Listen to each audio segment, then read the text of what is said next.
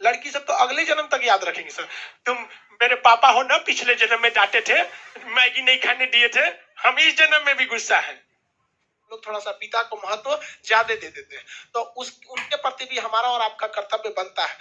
देखिए ध्यान से, लाइफ में हमेशा कुछ ऐसा काम कीजिए ताकि माँ बाप का नाम आपसे रोशन हो सके।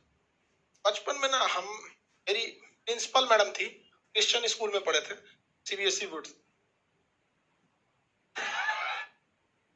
पूरे सीबीएसई बोर्ड में थे, अब पूरे बोर्ड में अकेले काला हम थे। तो वो हमें एक बात बहुत बचपन, आज से लगभग 1997-98 में एक बात बोली थी। उस वक्त हम लोग छोटे थे बहुत।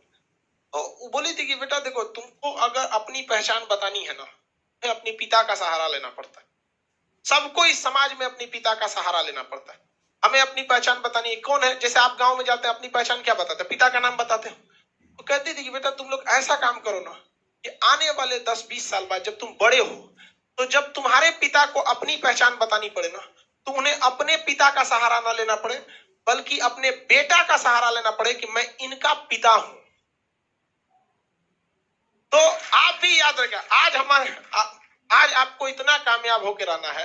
मान के चले आप बहुत बड़े अधिकारी बन गए, तो आपके पिताजी आपके दादाजी का नाम बताएंगे, कोई नहीं पहचानेगा। लेकिन अगर आपका नाम बताएंगे, आप अगर सक्सेस रहेंगे, तो सब लोग पहचान जाए, अरे बैठे बैठे बैठे बैठे, समझना, चाय पानी पीजिए।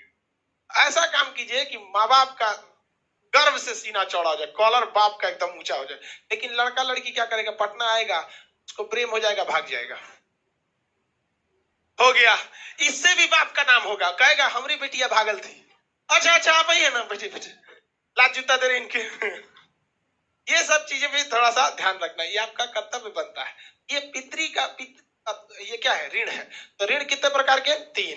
कौन कौन भैया? मम्मी पापा में, भाई बहन में, कल को शादी ब्याह हो जाएगी, उसमें आप किसी के लिए जान दे दीजिए। ये मानव की टेंडेंसी है, इसमें आप उदास नहीं होइएगा, बल्कि इसे समझ के अपनी जिंदगी को उसी हिसाब से ढाल दीजिएगा।